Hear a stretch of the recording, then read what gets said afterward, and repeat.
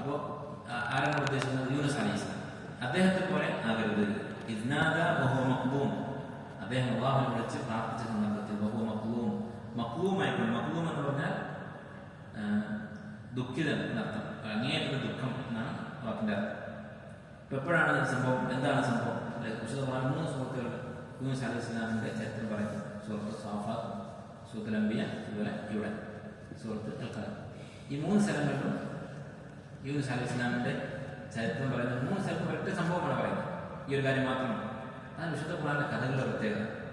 ചിലപ്പോൾ നമുക്ക് തോന്നും ഖുർആനിൽ നമ്മൾ വായിക്കുന്ന കഥകൾ അതിനൊരു വിശദീകരണങ്ങളില്ല.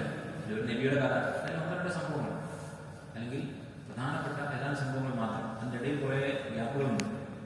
അല്ലെങ്കിൽ മൂസാ നബി അലൈഹി സ്വലാം ജനിക്കുന്നു, പിന്നെ യുവാവായതിനു ശേഷം ഉണ്ടാകുന്ന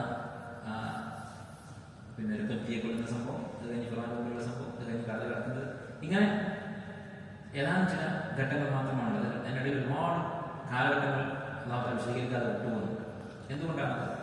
ഇതിനെക്കുറിച്ച് ഷാ വലീഉല്ലാഹി ദഹ്ലവി റഹിമഹുല്ലാഹ് അദ്ദേഹത്തിന്റെ ഒരു ഉസൂൽ തഫ്സീർ കിതാബിൽ പറയുന്നത്, കാരണം വിശുദ്ധ ഖുർആനിൽ ഈ കഥകൾ പറയുന്നതിന് ലക്ഷ്യമുണ്ട്. എന്താണ്? അതിൽ നിന്നുള്ള ഗുണപാഠം നമ്മൾ ഉൾക്കൊള്ളുക എന്നുള്ളതാണ്. അത് പറഞ്ഞിട്ട് അത് വിട്ടിട്ട് വിശദാംശങ്ങൾ പറയാൻ തുടങ്ങിയത് മൂസാ നബി ജനിച്ചത് മരിക്കുന്നവരെയുള്ള കാര്യങ്ങൾ പറഞ്ഞാൽ എന്താ സംഭവിക്കുക? നമുക്ക് കേൾക്കാൻ നല്ല രസമുണ്ടാവും, പക്ഷെ എന്തിനാണ് ഈ കഥ പറഞ്ഞതെന്ന് നമുക്കറിയില്ല. കാരണം 100,000 സംഭവങ്ങൾ അവിടെ പറഞ്ഞു കഴിഞ്ഞു.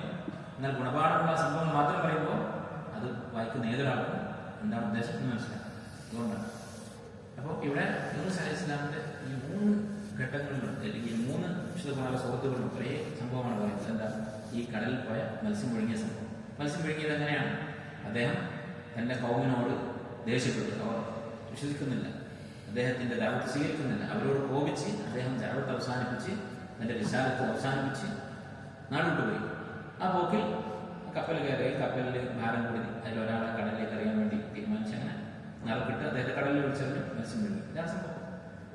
അപ്പോൾ അതുപോലെ താങ്കൾ ആവരുത് പറയാനുള്ള കാരണം സ്വബറിനെ കുറിച്ചാണ് പറയുന്നത്. സ്വബറില്ലാത്തതിന്റെ ഉദാഹരണമാണ്. അങ്ങനെ ആവരുത്. തന്റെ റബ്ബിൽ നിന്നുള്ള നിഅമത്ത് അദ്ദേഹത്തെ തിരിച്ചെടുത്തില്ലായിരുന്നെങ്കിൽ, തദാറക്കം പറഞ്ഞാൽ നഷ്ടപ്പെട്ടു പോയ ഒരു കാര്യം അത് നമ്മൾ വീണ്ടും അത് എന്താ പറയുക പരിഹരിക്കുന്നതിനാണ് തദാറക്ക് എന്ന് പറയാം. നമ്മളിപ്പോ ഒരു പരീക്ഷ തോറ്റു, അത് പിന്നെയും പോയി എഴുതി തിരിച്ചെടുക്കുന്നതാണ് തദാറക്ക്.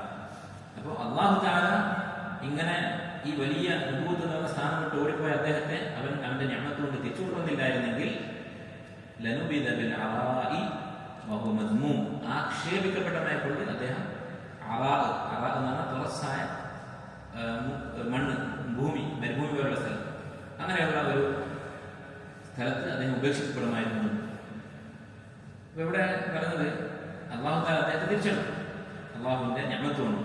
അപ്പൊ അതിൽ നിന്ന് മനസ്സിലാക്കേണ്ട ഒരു കാര്യം മുസ്ലിങ്ങൾ പറയുന്നത്, അല്ലാഹു സുബ്ഹാനഹു വ തആലയുടെ നിഅമത്ത് കൊണ്ടും തൗഫീഖ് കൊണ്ടും അല്ലാതെ നമുക്ക് യാതൊരു ഖൈറും ഉണ്ടാവുകയില്ല നമ്മുടെ ജീവിതത്തിൽ. അല്ലേ? അദ്ദേഹം യഥാർത്ഥത്തിൽ ആ മത്സ്യത്തിന്റെ വയറ്റിൽ കിടന്ന് പ്രാർത്ഥിക്കുകയാണ് ചെയ്തത്. വദന്നൂനി ദഹബ മുഖാദിബൻ ഫദന്ന അല്ലൻ നഖ്ദിർ അലൈഹി ഫനാദാ ഫി ദുലുമാതി അൻ ലാ ഇലാഹ ഇല്ലാ അൻത സുബ്ഹാനക ഇന്നി കുൻതു മിനൽ ളാലിമീൻ ഫസ്തജ്ബ്നാ ലഹു വനജ്നാഹു മിൻഹു. അദ്ദേഹം ലാ ഇലാഹ ഇല്ലാ അൻത സുബ്ഹാനക ഇന്നി കുൻതു മിനൽ ളാലിമീൻ എന്ന് പറഞ്ഞ് പ്രാർത്ഥിച്ചുകൊണ്ടിരുന്നു. അപ്പോഴാണ് അല്ലാഹു അദ്ദേഹത്തെ രക്ഷപ്പെടുത്തിയത്. ഇപ്പൊ മത്സ്യത്തിന്റെ വയറ്റിൽ കിടന്ന് മരണം മുന്നേറ്റാവുന്ന സന്ദർഭത്തിൽ അദ്ദേഹം നിർത്താതെ പ്രാർത്ഥിച്ചുകൊണ്ടിരുന്നു ഈ പ്രാർത്ഥന, ലാ ഇലാഹ ഇല്ലാ അൻത സുബ്ഹാനക ഇന്നി കുൻതു മിനൽ ളാലിമീൻ. ആ ദുആ ചെയ്തതിന്റെ പേരിലാണ് അല്ലാഹു രക്ഷപ്പെടുത്തിയത്. പക്ഷെ എന്നിട്ട് അല്ലാഹു പറയുന്നതാണ് അല്ലാഹുവിന്റെ നിഅമത്താണ്. അപ്പൊ നമ്മൾ എന്തൊക്കെ സബബ് ചെയ്താലും അള്ളാഹുവിന്റെ തൗഫീഖും അവന്റെ നിഅമത്തും കൊണ്ടല്ലാതെ യാതൊരു ഖൈറും ഉണ്ടാവുകയില്ല. അല്ലായിരുന്നെങ്കിൽ, അദ്ദേഹത്തെ അല്ലാഹു തിരിച്ചെടുത്തില്ലായിരുന്നെങ്കിൽ ലനുബിദ ബിൽ അറാ, മരുഭൂമിയിൽ അദ്ദേഹം അറിയപ്പെടുമായിരുന്നു. വഹുവ മദ്മൂം, ആക്ഷേപിക്കപ്പെട്ടവനായിക്കൊണ്ട്.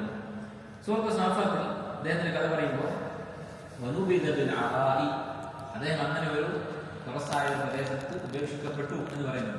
എവിടെ ഉപേക്ഷിക്കപ്പെടുമായിരുന്നു എന്ന് പറഞ്ഞു, അവിടെ ഉപേക്ഷിക്കപ്പെട്ടു എന്ന് പറയുന്നു. അതെന്താണ്? അങ്ങനെ ഒരു വൈരുദ്ധ്യമുണ്ടോ? അവിടെ വനുബിദ ബിൽ അറാഇ വഹുവ സഖീം എന്നാണ് പറയുന്നത്. അവിടെ ആക്ഷേപിക്കപ്പെട്ടവനായിക്കൊണ്ട് എറിയുമായിരുന്നു എന്നാണ് പറയുന്നത്. എറിയുന്നതിലല്ല പ്രശ്നം, എറിയുമ്പോൾ അദ്ദേഹം ആക്ഷേപിക്കപ്പെട്ടവനായിരിക്കും.